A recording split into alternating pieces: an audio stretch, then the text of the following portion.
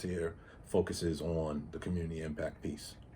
On our first radio show, we talked about gentrification and how we've like taken that word back and kind of like flipped it.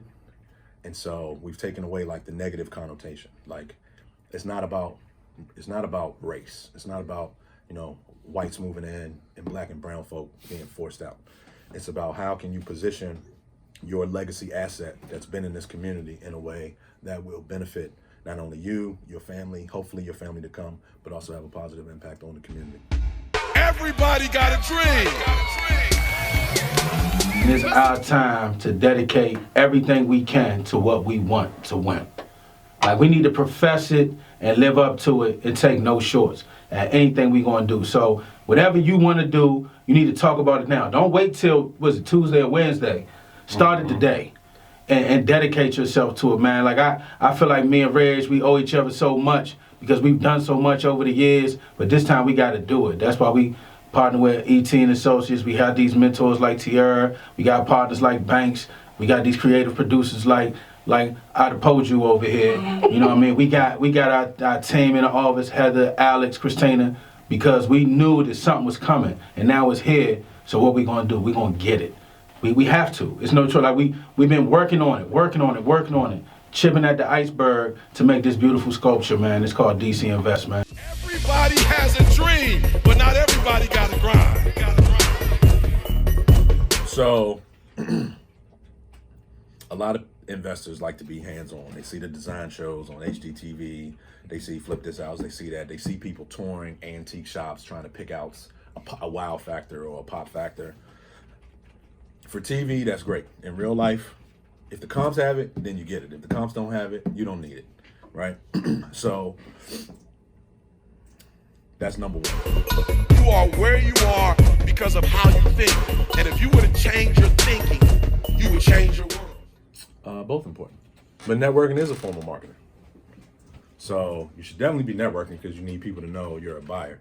Just sending out like an email, unless you're marketing properties you've done, specific properties you're looking for. I'm looking for a deal in Petworth, a row house. I'm looking for, you know, a 4-unit in Trinidad.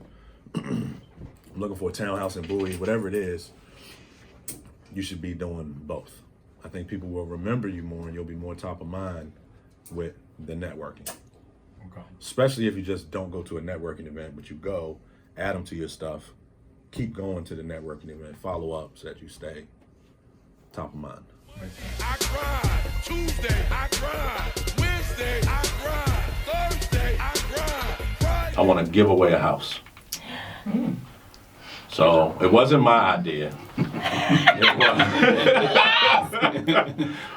I want to give away a house, and I don't really know all the inner workings of it yet, but it was an idea given to me by Angie Ange. Met with her a couple times this week, partnering up on a couple of things.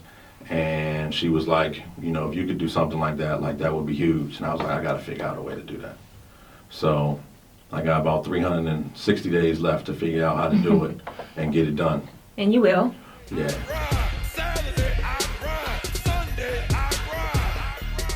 You make your money in real estate when you buy, right? Not when you sell it.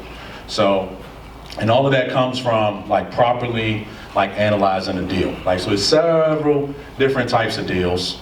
Right, so like with Jimmy's deal in Caroline County, like that was a great question. Like, well, you answered one, was it already perked, right? Because all that kind of goes to like your soft costs and money that's gonna be out of pocket. Things that we don't think about. We just say, oh, it's $26,000 and the neighbor sold for like $400,000 and I got a bid from a contractor for $200, so I'm gonna make $200. Burn, you're not gonna make $200, right? So, it's all of the other things that people forget about. You know, people definitely look at the purchase price. People definitely look at how much it's going to cost you to fix it up. But there's like a bunch of other things, right? How much does your money cost you is a major part, right? Did you have to pay for an appraisal? Did you have to pay for points? Did you have to, what's your transfer and recordation tax gonna be in that jurisdiction? Oh, but it's an auction property, so now I gotta pay both sides of that, right? So it's a lot of things that you have to take into consideration.